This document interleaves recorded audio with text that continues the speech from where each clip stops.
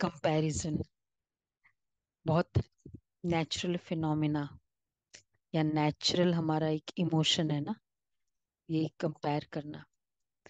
और बहुत बार हम यही भी समझते हैं कि कंपैरिजन मतलब जरूरी भी है, क्योंकि उससे फिर मोटिवेशन मिलती है। कंपेयर करते हैं तो फिर दूसरे को मतलब बोलेंगे ऐसे है ऐसे है, तो उससे मोटिवेशन मिलती, इंस्पिरेशन भी मिलती है। दूसरे को देख के खुद में भी इंस्पिरेशन होती है। और फिर एक और रिजल्ट है कंपैरिजन का, हर्ट। कभी कभी कंपैरिजन दूसरे को डिमोटिवेट भी तो करती है, होता है ना ऐसा। तो अब कंपैरिजन आज हमको डिसाइड करना है, इसका रिजल्ट भी है, पॉजिटिव भी है, नेगेटिव भी है। एक्चुअली क्या ये हेल्दी है, नेचुरल है? नेचुरल मतलब जिसमें हम कंफर्टेबल होते हैं। नेचुरल जो भी चीज होगी ना, अब जैसे एक हिल की चप्पल पहनते हैं और एक एकदम फ्लैट, किस में ज्यादा कंफर्टेबल होते हैं?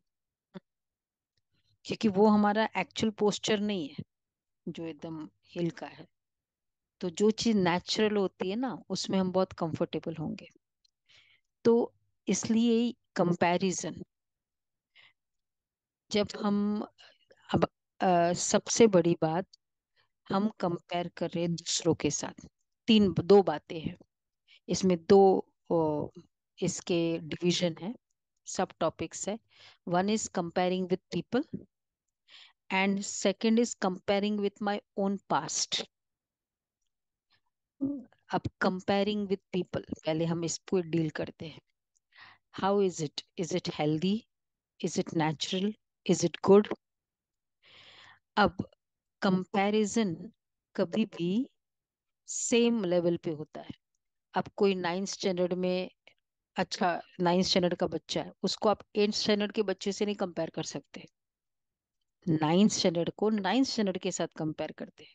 अच्छा, उसमें भी अगर सेम स्कूल में है, मतलब एक कोई बहुत गवर्नमेंट स्कूल में है और एक उस स्कूल में है, तो क्या कंपेयर करेंगे? तो कंपैरिजन के लिए चाहिए सेम लेवल। अब हम जिनके साथ भी अपने आप को कंपेयर करते हैं, कितने सारे, हर बात में, कि मेरे कजन्स देखो कितने वेल सेटल्ड है, मेरे फ्रेंड्स देखो कितने प्रोफेशनली एक्सील कर चुके हैं, मैं वहां का वहां हूँ, मेरे बच्चे देखो अभी तक इतने नहीं हुए, उसके बच्चे देखो। हाँ, ये वाले हम कंपेयर कर रहे हैं। अब पहले, तो क्या हम सेम लेवल है? क्योंकि मेरे कजन्स के बच्चे, मेरे बच्चे, तो हम सोचते हैं कि देखो कितना नेचुरल है ना, सेम एज ग्रुप है, सेम, कभी कभी हर बातों में हम लोग साथ में ही पड़े हुए होते हैं, लेकिन वो देखो कितने होशियार निकले। और ये, क्या ये सेम लेवल है? बिकॉज जहाँ हम अब उसको शरीर को देख रहे हैं कि उसका शरीर, बच्चे, वो भी बच्चे, मैं भी, हमारे भी बच्चे। अब एक्चुअली रियलिटी क्या है? हम शरीर है या आत्मा है? क्या फील करते हैं? शरीर है या आत्मा है? आत्मा है, शरीर तो नहीं फील करते। आत्मा है, सोल है। नाउ चलो, suppose even if we don't know the whole knowledge about soul, we all are souls, right? ये तो है।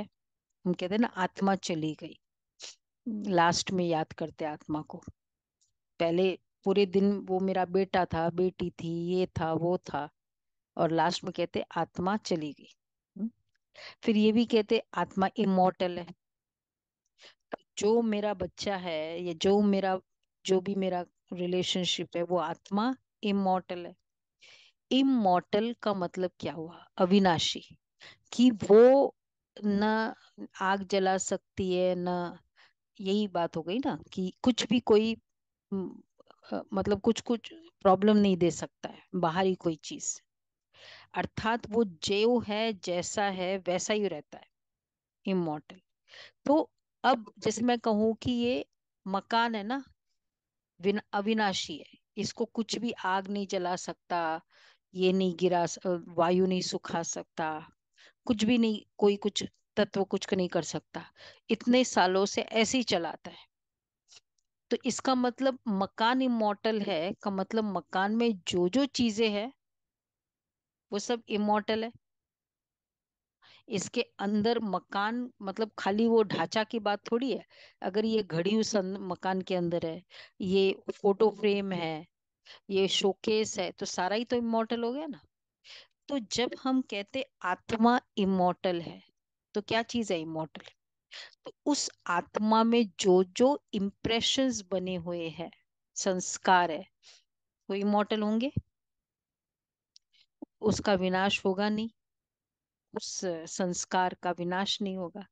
तो आत्मा अर्थात वो संस्कार। अब जब संस्कार विनाश नहीं होते और आत्मा एक शरीर छोड़ के अब क्या कर रही है, दूसरा शरीर लेगी, तो मतलब वो संस्कार।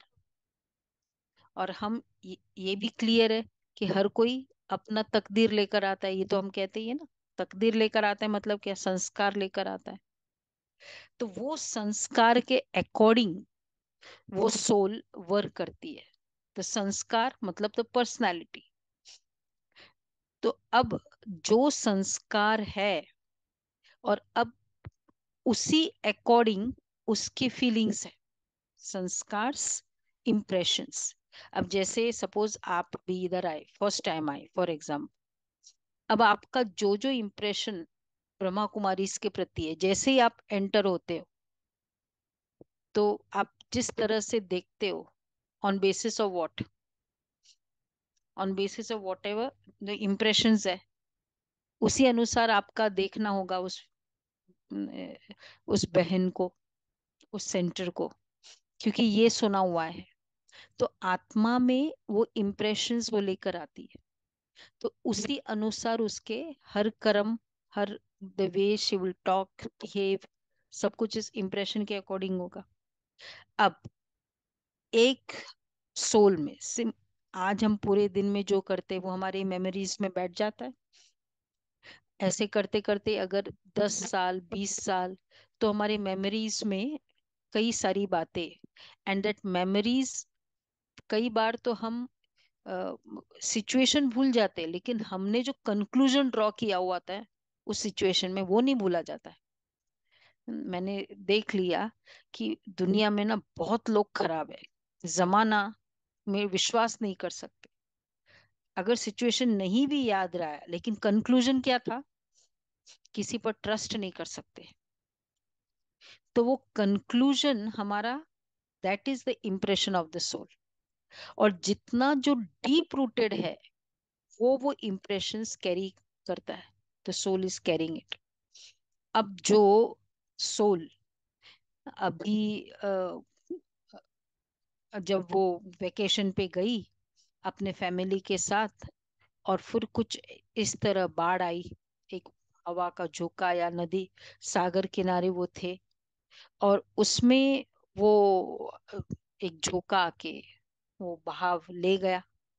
अब ये head of the family, father of the family, वो सबको बचा रहा है, बहुत ट्राई कर रहा है, और फाइनली उसके आंखों में एक एक जाते देख रहे हैं वो, और अब वो भी हेल्पलेस, और वो आत्मा शरीर छोड़ देती है। अब वो बच्चा जो है, अब उसका इम्प्रेशन क्या है, उसके आंखों से वो देख रहा है कि कैसे मेरे अपने मेरे से दूर हो रहे हैं, बहुत दर्द, इस दर्द वाले परि फीलिंग से वो आत्मा अब जन्म लेती है। किस तरह का उसका बिहेवियर होना चाहिए। अब वो बहुत अटैच्ड है, कभी भी छोड़ता नहीं है पेरेंट को, इतना सा भी, मतलब कुछ भी हो जाए, बहुत, और पानी से बहुत डरता है, पानी के पास जाना नहीं चाहता है। अब उसका नहीं जाना पानी के प्रति इतना वो जायज है, जस्टिफाइड है कि नहीं जस्टिफाइड? क्योंकि बहुत क्यों हमको लगता है कि क्या है। एक बहन आई बच्चे के, तो बता रही थी कि मेरा बेटा 10 year old, super intelligent, way beyond average, 4 languages 10 साल की एज में उसने सीख ली। हर तरह से कुछ भी उसको कहो बहुत जल्दी उसकी मेमोरी याद रहता है। लेकिन मतलब कुछ भी बातों में वो पीछे नहीं है, पर वो पानी से बहुत डरता है। स्विमिंग पूल के नाम से ही हम लोग सब इतने अच्छे से वहां जाते हैं करते हैं, पर ये बिल्कुल भी। अब मैं कितना उसको समझा रही हूँ कि उस देख, तुम्हारे तुम्हारे एज ग्रुप के कितने, कि वो तुम्हारे से छोटा है देखो, लेकिन कुछ नहीं है, वो बिल्कुल नहीं डरता है, और तू इतना डरपोक है। इतना इतना समझाया, इतना मोटिवेट किया। एक दिन तो मुझे बहुत गुस्सा आ गया और मैंने उसको जबरदस्ती स्विमिंग पूल में डाल दिया। अब तो वो कैसे वो बाहर निकला, और इतना घबराया और इतना गुस्सा उसको मेरे। अब बताओ, who is right, the child being afraid और the parent getting upset? Who is, what is justified? क्या कहेंगे? उसका डर होना स्वाभाविक है बच्चे का इस तरह। तो हम कितना उसको दर्द दे रहे हैं, क्यों एक्सेप्ट नहीं कर पा रहे हैं कि ऐसे कैसे हो सकता है? क्यों नहीं एक्सेप्ट कर पा रहे? क्योंकि मैं तो ऐसी नहीं हूं ना, हमारे घर में कोई ऐसे नहीं है ना, ये कैसे ऐसे हो सकता है? और है भी क्या ये चीज, स्विमिंग पूल? पानी से कोई डरना होता है क्या? जीवन में पानी ही तो है सब कुछ। लेकिन उसका डर होना जस्टिफाइड है, जस्टिफाइड है ना? तो कितना बड़ा हम उसके साथ जुल्म करते हैं, क्यों? क्योंकि हमको ये ज्ञान नहीं है कि ये सोल है। हम उसको सोचते बच्चा है, और मेरा बच्चा है तो मेरा बच्चा कैसे होना, कैसा होना चाहिए? मेरे जैसा होना चाहिए। मैं जैसी हूं वैसे ये होना चाहिए, मैं बोल्ड हूं तो वो होना चाहिए। एक्चुअली मेरा बच्चा है ये, या ये सोल मेरे घर में रोल प्ले करने आई है? क्या रियलिटी है? क्या आपको लगता है? चलो पूरा सोल चैप्टर हम नहीं भी समझे, क्या लगता है आपको?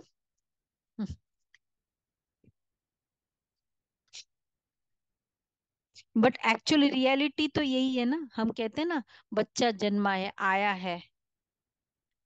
हाँ, बट रियलिटी क्या है? रियलिटी क्या है? कि ये आत्मा, ये सोल है, हमारे यहाँ रोल के लिए आई है। तो ये कॉन्शियसनेस की आत्मा आई है हमारे यहाँ, जब तक ये क्लियर नहीं होगा कि ये सोल है, तब तक हम कंपेयर करते रहते हैं कि देख वो कितना बोल्ड है, देख वो ऐसा है। लेकिन एक्चुअली ये सोल है। अब समझो, वो पिछला जो भी वो आत्मा एकदम मेट्रो सिटी में, बहुत अच्छा परिवार में, अमेरिका जैसे सिटी में वो रही हुई है, और वो आती है हमारे घर में एज डॉटर, और भाई है, बेटा है। अब वो दूसरी आत्मा एक विलेज से है, कुछ अकाउंटिंग है हमारे साथ, और वो आती है सब बेटा। अब वो इम्प्रेशंस कौन से लेके आई है, और ये इम्प्रेशंस कैसे लेके आई है?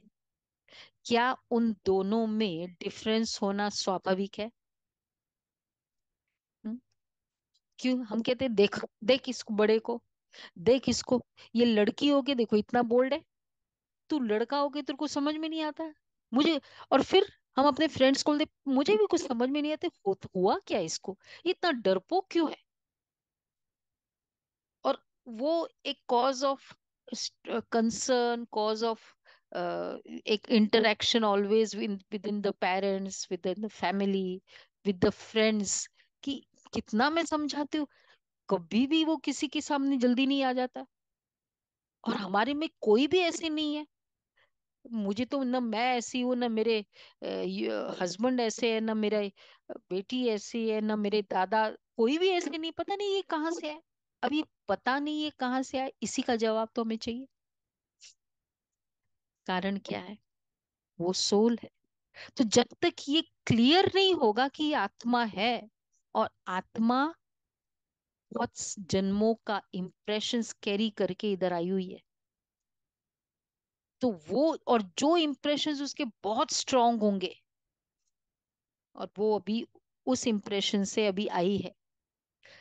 जैसे सपोज आप अभी यहाँ आए, और अभी अभी घर में कुछ इस तरह का बहुत स्ट्रांग एक ना कॉन्फ्लिक्ट हुआ, और उस कॉन वैसे भी आपको यहाँ आना ही था, और वो कॉन्फ्लिक्ट लास्ट, आप वो होते होते आप इधर आ गए, अब यहाँ बैठे भी हो, लेकिन क्या होगा?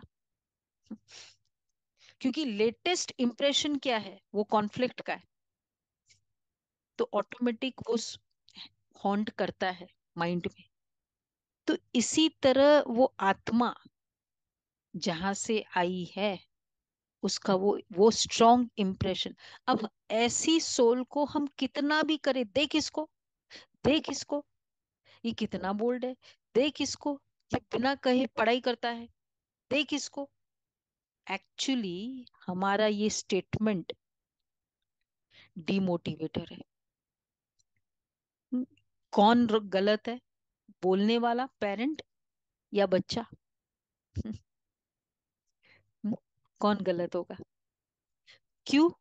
हाँ, क्यों? क्योंकि ये अज्ञानता है, ये नहीं समझ कि ये सोल है, और ये सोल अपना पास्ट अपना लेकर आई हुई है, और बहुत जन्मों के पास्ट कैरी फॉरवर्ड कर रहा है, तब ये आत्मा ऐसी है।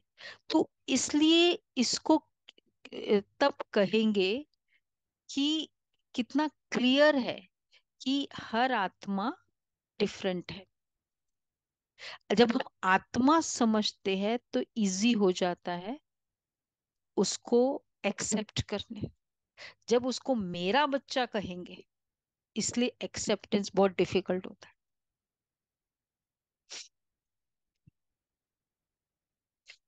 या वन इज ठीक है, वन इज वेयर हम कुछ कर ही नहीं सकते, चेंज ही नहीं कर सकते, और वो सोल, वो आत्मा है, वो पर्सनैलिटी है उसकी, हम चेंज कर भी नहीं सकते, और चेंज भी नहीं कर सकते, और इतना अप्रिशिएबल भी नहीं है, और we have to live with that personality. और सारा समय हमारा कॉन्फ्लिक्ट चलता है, not able to accept it, that is. अब ये हम कहते नेचुरल है ना, तो दो बच्चे तो कंपेयर तो करेंगे ही ना, और नेचुरल है, क्योंकि या तो सेम हो तो कंपेयर करें। अब हम एवरी मिनट, हर सोल, हम सब सोच रहे हैं, एक ही इधर क्लास में बैठे हैं, अभी सबकी एक जैसी सोच है, एक ही क्लास, एक ही सेशन, एक ही कराने वाला, एक ही टॉपिक, एक जैसा सोच है। मतलब इतनी सिमिलैरिटी होकर भी डिफरेंस ऑफ थिंकिंग है। तो जो सोल, एवरी सोल जब डिफरेंट माहौल में, एटमॉस्फेयर में ऑलवेज ग्रो हुई है, और वो सोल अब हमारे यहाँ बच्चा बन के आ रही है, हाउ कैन यू से कि वो सेम हो जाए? सबका पास्ट डिफरेंट है। तो इस कारण ये वाला जो संस्कार, अच्छा, दूसरा है कि एक तो वो सोल के कारण डिफरेंसेस है जिसमें, और कभी कभी हम उसको, एक को बहुत अटेंशन मिल रहा है, सपोज 3 साल 4 साल तक बच्चा है, अकेला है, इकलौता है, उसको full attention of the whole family members मिल रहे हैं, तो बहुत अच्छा है। अब बाद में ब्रदर बॉर्न होता है, अब पूरा जो अटेंशन जो उसको पूरा डाइवर्ट हो रहा है, और सबका उस छोटे के प्रति अटेंशन जा रहा है। अब वो इतना एंजॉय नहीं कर पा रहा है the attention of all the people, all the family members. And और वो देख रहा है कि सारा समय प्यार भी उसके लिए, चीजें भी उसके लिए, अटेंशन भी उनको, तो समवेयर एक स्ट्रॉन्ग एक हेट्रेड हो जाता है। हम्म, कि तुम्हारे कारण आज मेरे में मुझे नहीं मिल रहा है। अब और वो जो हेट्रेड है जिसके कारण वो डिप्राइव्ड है उस लव का, वो आज तक उसको पिंच हो रही है, और इसलिए बड़े होने के बाद भी वो हेट्रेड फिर भी कायम है। और कभी this is called sibling rivalry. और कभी कभी वो हेट्रेड कितनी एज में जाती रहती है, कि आज बड़ा रीयूनियन हुआ, पूरे फैमिली मेंबर्स आए, 5-6 ब्रदर्स सिस्टर्स सब अम, परिवार सहित आए हैं। वो 70 ईयर ओल्ड मदर है, लेकिन आज भी वो उन दो उन उन लोग उस फंक्शन में इतनी कॉन्फ्लिक्ट हो गई। एंड देन वो एक एक ब्रदर या एक एक सिस्टर वो माँ के प्रति वो एक वो हेट्रेड या अपना वो भड़ास जो है था ना अंदर का, वो निकालते हैं कि तुमने कभी भी बचपन से मुझे ऐसे ही किया था, बचपन से मैं देख रही हूँ तुम उसके साथ ही, तुम उसको ही साइड दिया, मैं ऑलवेज मैंने देखा कि शादी में भी तुमने उसको ज्यादा दिया। आज बेचारी 70 ईयर ओल्ड मदर जो ब्लेसिंग्स देने के लिए और लेने के लिए है, आशीर्वाद के लिए है, आज उसको क्यों सुनना पड़ रहा है? मतलब वो जो राइवलरी थी उस एज की, कब तक चलती है ये? व्हाई?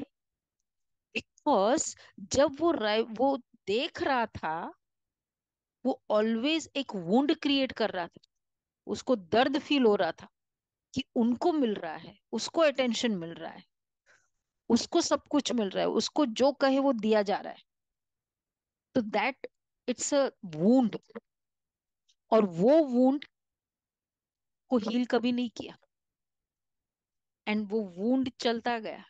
अब इंस्पाइट ऑफ आप कितना भी किसी को कुछ कर दो, गिफ्ट्स गिफ्ट्स की जगह है, लेकिन वूंड अनहील्ड तो है ना। अब मेरे यहाँ कहीं भी इंजरी है, चाहे वैसे बाकी सब मेरे पार्ट्स बहुत अच्छे हैं, लेकिन जो इंजरी है और उसको मैंने हील नहीं किया, वो तो दर्द देगा ना अभी भी। चाहे हम बाकी कितने भी अच्छे बेस्ट ऑफ कार्स में बैठे हो, बेस्ट ऑफ एसीज में हम पल रहे हो, लेकिन वो वुंड तो हील नहीं हुआ ना, और वो हर्ट करता है। तो उस समय का वो कैरी हुआ, वो जो वुंड है वो आज भी चल रहा है, और जब तक वो हील नहीं किया, उसके कारण वो ओपननेस नहीं है रिलेशनशिप में, और वो पता नहीं कितना बड़ा आर्ग्यूमेंट बनता जाता है। हम्म, तो क्या करना चाहिए? तो कारण क्या है? अब इसको जब तक वो विजडम से हील नहीं करो वो वुंड को, तब तक ये ठीक होगा नहीं। इसके लिए चाहिए वो विजडम। और कौन सा विजडम? कि पेरेंट्स जो भी कर रहे थे, जिसके साथ उनका इंटेंशन गलत नहीं था, जब तक वो एक फीलिंग क्रिएट ना हो, वो अंडरस्टैंडिंग ना हो, तो understanding is the healing of the wound, कि नहीं उनका इंटेंशन बिल्कुल गलत नहीं था। वो तो उनको वो छोटा था तो नेचुरल है उसके प्रति अटेंशन उसको ज्यादा चाहिए, बट मैंने भी तो एक समय एंजॉय किया था ना। तो ये उसको भी नहीं पता बच्चे को कि उसके अंदर ऐसा क्यों आ रहा है, क्योंकि उसको कोई अंडरस्टैंडिंग दी नहीं गई और उससे खाली छीना गया सॉर्ट ऑफ उसका अटेंशन। तो ये अंडरस्टैंडिंग, ये इम्पोर्टेंस उस सोल को जब तक अंदर उसको मिलती नहीं है, that is the healing of the wound. तो वो वुंड को हील करना, ये बहुत इम्पोर्टेंट है। और जब वो वुंड को, तो इसलिए comparison, comparison between the people, कि ये जब तक हमारा चलता रहता है, और फिर ये एक्सेप्टेंस कि ये सोल है, ये अलग अलग। और दूसरा है कार्मिक अकाउंट, क्योंकि जब सोल है, संस्कार है, इस कारण डिफरेंस है, और वो डिफरेंस रहेगा ही, वो इम्प्रेशंस रहेगा ही, कितना भी कुछ कर लो। वो जो सोल इतने जन्मों का इम्प्रेशंस वो लेके आई है, is more powerful even then the parental sanskar. इसलिए कई बार क्वेश्चंस आता है कि हम में से कोई ऐसा नहीं है, पता नहीं इसको क्यों ऐसा होता है। या कभी कभी वैसा वर्षा भी होता है पॉजिटिव, हम में से कोई घर में इंटरेस्टेड नहीं है, ये पता नहीं स्पिरिचुअलिटी में इतना इंटरेस्ट क्यों है, कोई ऐसा माहौल भी नहीं है, ये कहाँ से आया, क्या है ये? वो आत्मा का पास्ट, देयरफॉर वो सोल है, ये प्रूव्ड हो जाता है। The difference in the personalities right from the birth, without even any knowledge, proves कि ये शरीर नहीं, ये आत्मा है। ये अपने आप में एक बहुत बड़ा प्रूविंग है। तो एक तो ये डिफरेंस है, और दूसरा है कि इंस्पाइट कोई कोई अच्छा एक भाई हमारे पास आए, तो बहुत बचपन से, मतलब बड़ा ब्रदर है, और सॉरी छोटा ब्रदर है, बट समझदार है, और पेरेंट इनके पास, मदर इनके साथ ही रहती है, और ये सारा सब कुछ जब चाहिए जैसे चाहिए, बड़ों के लिए बहुत रिस्पेक्ट है, एल्डर्स है, अच्छे से रखते हैं, कोई तरह की कमी नहीं है। लेकिन वो मदर जब भी ये छोटा वो बड़ा भाई आता है, उस फैमिली के लिए बहुत कुछ करती है, बहुत कुछ गहने भी उनके नाम कर दिया है, सेवा सारा ये कर रहा है, मेवा वो खा रहे। वो कहते हैं हमको समझ में नहीं आता है, ठीक है हम लोग, पर रहना तो हमारे साथ है और करना उनके लिए। अब ये इसके कारण आपस में हेट्रेड, आपस में यहाँ तक चाहते कि कोई फंक्शन हो ना, उनको बुलाए नहीं, क्योंकि पता है फिर मम्मी ऐसे करेगी, और मम्मी थोड़ी हेल्पलेस है, वो कुछ कारण से फोन नहीं कर सकती, कुछ नहीं, और ये वो सोचती क्यों नहीं आया, क्यों नहीं बुलाया, और उसका ज्यादा अटेंशन होने से और ज्यादा हेट्रेड हो रहा है कि तुम नहीं बुला, नहीं आ पा रहे हैं ना, फॉरगेट। अब रीजन पीछे क्या है, राइवल। पर एक्चुअली इसका आंसर क्या है, हम सोचते हैं, ऐसे कैसे हो सकता है, सेवा हम कर रहे हैं और पूरा दिया उसको जा रहा है। कारण कार्मिक अकाउंट, जिस आत्मा का जिसके साथ जिस तरह का कर्म का खाता है, इक्वेशन है, वो वैसे ही उसके साथ। तो उस आत्मा का अभी उसने नहीं कुछ किया, सेवा किया होगा, तो इसलिए उसका अटेंशन उसको मिल रहा है, गहने सारा पैसा उसको मिल रहा है, कर्मों का खाता है ना। तो आत्मा का, आत्मा के साथ का जो इक्वेशन, एनर्जी एक्सचेंजेस है, वो भी संस्कार भी कैरी फॉरवर्ड हो रहे हैं, और वो energy exchanges from births together are carrying forward. और क्योंकि वो वैसे एनर्जी एक्सचेंज है, तो वो वैसे ही करेगा। हाँ, वो ठीक है, उन्होंने पहले किया, इसलिए अभी नहीं करके भी खा रहे हैं, उनको उनके नाम पे प्रॉपर्टी हो रही है। अब हम राइवलरी कर ले, बड़ा छोटा भाई वो राइवलरी कर ले, क्यों? उन्हीं को मिल रहा है। वो वो अभी कर रहे हैं, किया हुआ, ये अपने आप में प्रूव्ड है कि उन्होंने तब किया, वो आज मिल रहा है।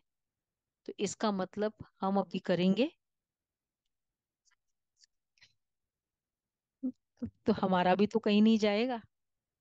क्यों हम सोचते हैं कि हमने किया, क्या मिला हमको? हम बहुत बार सोचते हैं ना, हमको क्या मिला? मिल तो सारा उनको रहा है ना। लेकिन एक्चुअली किसी को कुछ नहीं मिल रहा है, फुगट। Free lunch is also taxable, nothing is free in this world. Everything comes with a effort. चाहे वो एफर्ट का रिजल्ट कब आता है, यही पूरा ह्यूमन हिस्ट्री है। This is the world, this is the secret जिसको हमको समझना है। तो इसलिए किसी के इक्वेशन को कंपेयर करना, और वो कंपेयर करके हेट्रेड, क्रोध क्रिएट करते रहना, ये भी अपने आप में एक बहुत बड़ा प्रॉब्लम है, एक बहुत घाव है आत्मा को। तो जब तक ये विजडम हमें नहीं आता है कि नहीं, हर कोई का अपना कर्मों का खाता है, और जरूर एंजॉय करो क्योंकि किया हुआ है, जस्टिफाइड है ना, कि अगर उसको ज्यादा अटेंशन मिल रहा है, उसको माँ ज्यादा दे रही है, वो भी तो जस्टिफाइड है। तो एक तो कंपैरिजन विद पीपल, और दूसरा comparing with the own past. कई बार हम अपने ही पास्ट से बहुत कंपेयर करते रहते हैं। मतलब अ, या तो जैसे पहले तो हम ऐसे नहीं थे, पहले तो तुम ऐसे थे नहीं, किसी के पास से भी हम कंपेयर करते हैं ना। आजकल बहुत ऐसे चेंज हो गए, पहले ऐसे नहीं थे। अब पहले आ, वो आत्मा ऐसे नहीं थी, या जैसी भी थी, सोल, एक एक दिन में हम कितने सारे इन्फ्लुएंस से, the soul is under the influence of so many things. तो अब वो आत्मा जिस जब भी जहां भी जा रही है, सोल है ना, विथ सो मेनी इम्प्रेशंस, तो इतने सारे इन्फ्लुएंसेस के अंडर में है, तो वो उसके अंदर चेंजेस आएगा ही आएगा। आज जो हमारी विजडम है, सपोज आज आप क्लास किया और आपको समझ में आ गया, और अब आप में चेंज आने लगा, एक दिन में, एक घंटे में चेंज आ सकता है। और हम कहते हैं कि एक साल पहले तो आप ऐसे नहीं थे। चेंजेस तो बट नेचुरल है। तो जब हम चेंजेस, कितने सारे इन्फ्लुएंसेस हर सोल के पास होता है, और हम उनसे मिले थे, सपोज 6 महीने पहले, या कभी कभी मिलते हैं, या जिस तरह से भी, पर चाहे रोज ही मिलते होंगे, पर every time the soul is under different. और उस समय उस सोल, वो एक तो इन्फ्लुएंसेस है, और फिर कभी कभी उस इन्फ्लुएंसेस में उस सोल ने किस तरह रिएक्ट किया है, वो रिएक्शन, वो भी एक इन्फ्लुएंस पैदा, इन्फ्लुएंसेस है उस सोल में। और अब वो आत्मा पेश आती है हमारे सामने, कितने चेंजेस हो सकते हैं। और उसकी जो भी, जैसे सपोज टू ब्रदर्स है, वेज अपार्ट है, वो यहाँ तुम वहाँ, वो इस कंपनी में, वो उस कंपनी में, वो बिजनेस है, वो इसका जॉब है, इसके इन्फ्लुएंसेस अलग अलग है, उसके इन्फ्लुएंसेस अलग है। अब हम वो दोनों मिलते हैं, वो ऐसा, बहुत सारे डिफरेंसेस है। अब क्यों डिफरेंस? नेचुरल है। जिस तरह से वो जिस माहौल में होगा, तो उसका अलग होगा ही। हम सोचते हैं ऐसे थोड़ी है, ऐसे क्यों होना चाहिए, हम लोग पेरेंट्स के संस्कार ऐसे, ये संस्कार ऐसे। लेकिन कितना भी संस्कार ऐसे हो, लेकिन ये डिफरेंस बिकॉज इन्फ्लुएंस है। आत्मा में इन्फ्लुएंस है। और दूसरा, अगर जो भी हमारा इम्प्रेशंस हम आत्मा लेकर आई है, और वो इम्प्रेशंस और प्लस उस समय जो रिएक्ट किया, वो रिएक्शन उस सोल के अंदर एम्बेडेड है। और उस रिएक्शन को वो और वो कैरी फॉरवर्ड हो रहा है अभी तक। और अभी तक भी अगर उस रिएक्शन को अभी हील नहीं किया, पहले हील नहीं था, तब आज वो उसका असर चल रहा है अभी तक।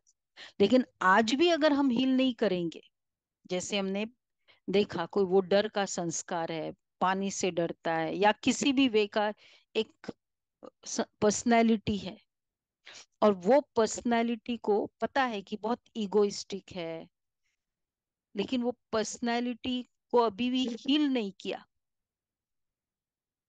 उसको चेंज नहीं किया, तो क्या हो जाएगा? ये फिर कैरी फॉरवर्ड होगी। और फिर हमको समझ में नहीं आएगा, क्योंकि पहले का था और अभी इसको एंडोर्स किया कि अरे ये तो नेचुरल है, इस तरह का रिएक्शन तो नेचुरल है, इस तरह से करते। तो और उसको हम एंडोर्स करके आगे फॉरवर्ड करते गए, उसको चेंज नहीं किया, क्या हो जाएगा? वो संस्कार फिर कैरी फॉरवर्ड होगा। और फिर with more, it will get more and more stronger. जितने बार कोई चीज को आप यूज करते जाओ, गाड़ी को जितने बार आप चलाते जाओ, हम क्या कहेंगे, परफेक्ट होते जाते हैं ना, और उसमें ज्यादा स्ट्रांग होते जाते। तो इसी तरह कोई भी संस्कार को हम जितने बार यूज करते जाएंगे, क्रोध के संस्कार को यूज करते जाओ, जब भी मैं उसको देखूं मुझे बहुत गुस्सा आता है, जब भी मैं उनको देखती हूँ उनके साथ, युगल को देखती हूँ मुझे बहुत खराब लगता है। अब उनका वो संस्कार जो है वो है, लेकिन मेरा खराब लगना, मैं अपने संस्कार को और स्ट्रांग करती जा रही हूँ। और अब वो आत्मा, अब हमको ये नहीं पता कौन सी आत्मा का कब रोल खत्म हो जाए, कब रोल चेंज हो जाए। और वो जब रोल खत्म हो जाएगा, कौन सा संस्कार लेकर जाएगी उसका वो, क्योंकि मुझे उनको देखती हूँ ना उनके साथ, तो मैं उनका और उस सोल के साथ के एक्सचेंजेस को एक डीप हेट्रेड के संस्कार लेकर जा रही हूँ। और अब जब मैं जाती हूँ, वो आत्मा भी, हम मिलेंगे वापस। और जब हम मिलेंगे और उस समय वो मेरा बॉस होगा, और वो मुझे समझ में नहीं आता ये बॉस उसको ही फेवर क्यों करता है। मैं अच्छा मैं कर रहा हूँ, सिंसियर मैं हूँ, लेकिन मेरे को प्रमोशन ही नहीं दे रहा है, हमेशा उसको हेल्प करता जा रहा है। हमको समझ में नहीं आता इसका आंसर क्या है। अब जाओ तो कहाँ जाओ, ये कंपनी को छोड़ भी नहीं सकते। Where have I to change, हम कहते ये ना कल्चर बहुत खराब है, जमाना बहुत खराब है, कंपनी में ना ये सब ठीक नहीं है। तो सब कुछ चेंज हो जाए, लेकिन ये मेरा जो संस्कार था ना, मेरा कार्मिक अकाउंट चेंज नहीं करो, मैं बाकी सब कुछ चेंज करने की इच्छा रखती हूँ। एम आई राइट? एम आई राइट? हम्म? यस और नो? तो इसलिए ये वाला संस्कार जिस दिन, इसलिए स्पिरिचुअल विजडम हमें हेल्प करती है कि कुछ भी हो जाए, अगर मैं कहीं भी कुछ अनटूवर्ड देखती भी हूँ, तो मेरे को अपने नेगेटिव, मेरे फीलिंग्स को मुझे चेंज करना है। And change in the sense understand करना है, कोई चेंज नहीं करना होता है। बस पहले जो नॉन एक्सेप्टेंस था, अब एक्सेप्टेंस हो गई कि यस, कोई बात नहीं, कुछ न कुछ उनका एक्सचेंज है, कुछ न कुछ ऐसा पास्ट है जो ऐसे हो रहा है। सिंपल अंडरस्टैंडिंग, एक्सेप्टेंस, मेरी कितने स्ट्रॉन्ग ईगो, कितने सारे वेस्ट थॉट्स को स्टॉप कर देते हैं, करते हैं। कितना घंटा हमारा सेव हो जाएगा उस वेस्ट थॉट्स को, जो अदरवाइज चलता रहता था। हमको पता नहीं चलता है कितने घंटे वेस्ट जाते हैं। और कभी कभी कितना घंटा, कितना स्ट्रेस में जाते हैं, जो हम कहते हैं ना बहुत स्ट्रेस चल रहा है, बहुत स्ट्रेस चल रहा है, ये स्ट्रेस चल रहा है।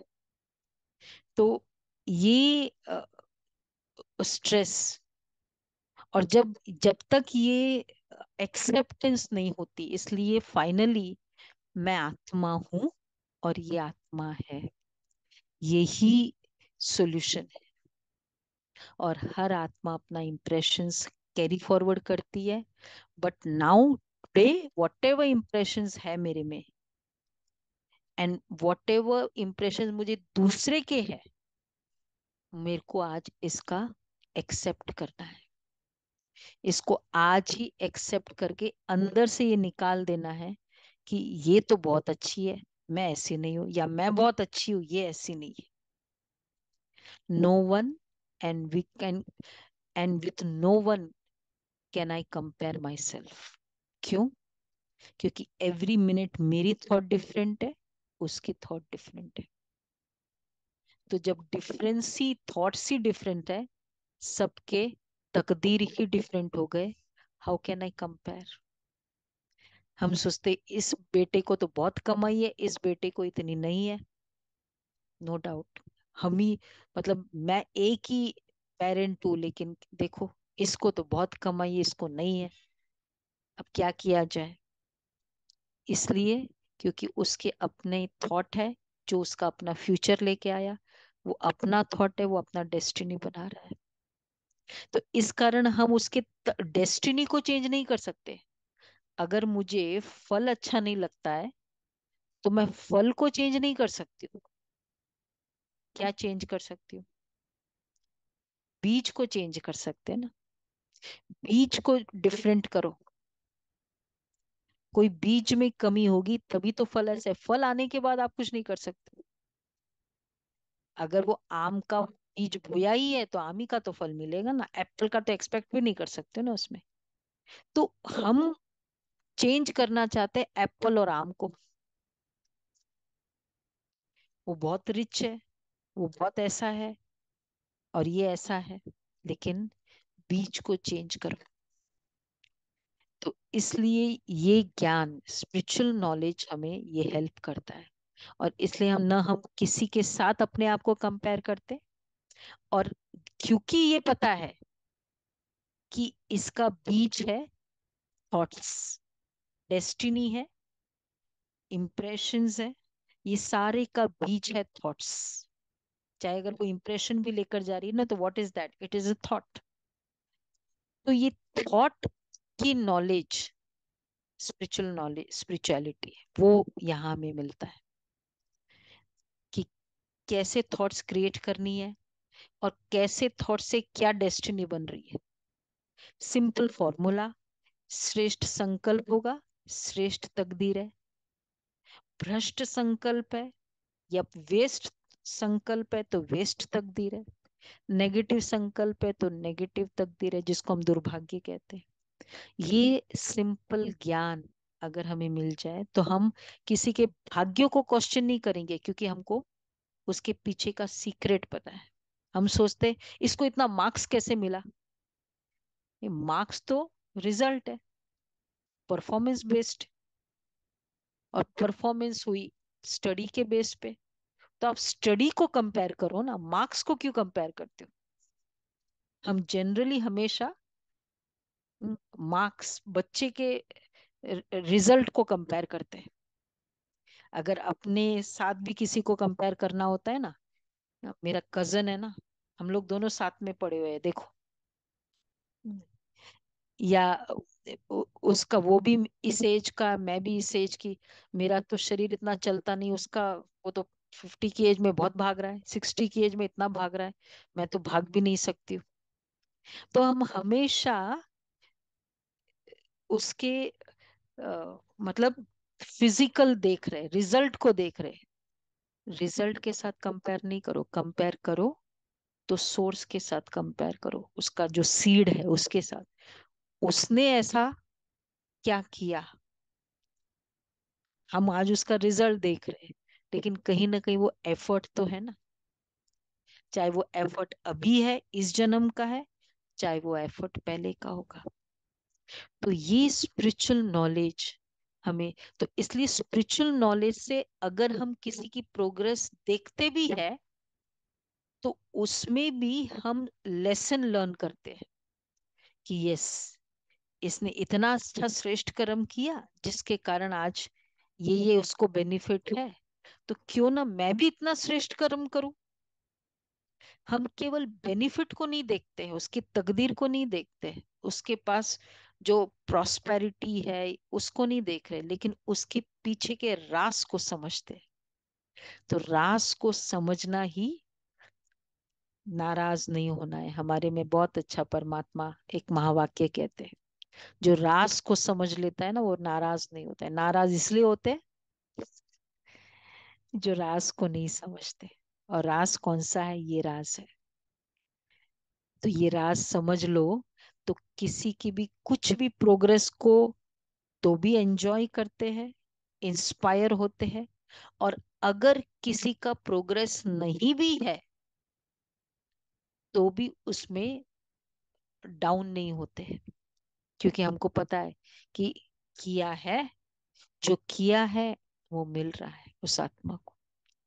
तो इसलिए अगर उसका शरीर नहीं चल रहा है, मेरा शरीर चल रहा है, या मेरा शरीर नहीं चल रहा है, उसका शरीर बहुत चल रहा है, हम कभी कभी सोचते हैं ना, देखो वो इतनी एज में है पर अच्छा बिजनेस कर रहा है, मैं इस एज में, मेरा तो नहीं चल रहा है, मैं तो नहीं कर सकती हूँ। तो किसी के शरीर को भी हम कंपेयर नहीं करते। ये भी उस आत्मा की कर्म कहानी है।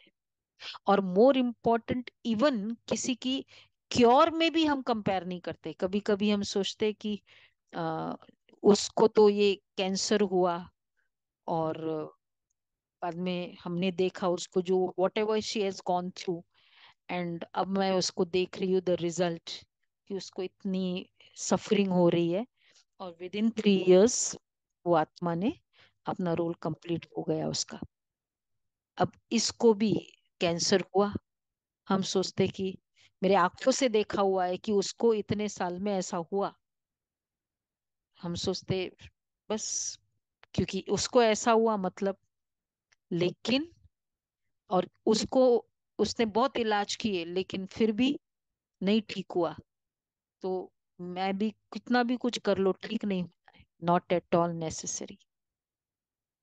उसने किया, उसने इलाज भी बहुत कराया, बहुत सारे अलग अलग थेरेपीज भी ट्राई कर ली, लेकिन सब कुछ सिमिलर होकर भी कर्म कहानी दोनों की अलग अलग है। उसके थॉट्स और इसके थॉट्स सेम नहीं थे। तो अगर उसकी कर्म कहानी, थॉट्स भी डिफरेंट, और पिछला पास्ट की कर्म कहानी भी डिफरेंट, इसलिए result is based on the collective package. Not just because वो कैंसर है और उसने इतनी ट्रीटमेंट कराई और उसका ठीक नहीं हुआ, मतलब मैं भी, अगर मेरे में ये बीमारी है, मैं भी अगर इतना ट्रीटमेंट कराऊं, मुझे नहीं लगता मैं कोई ठीक होने वाली हूँ। नॉट एट ऑल कंपेयर कर सकते। उसकी कर्म कहानी अपनी, मेरी कर्म कहानी अपनी।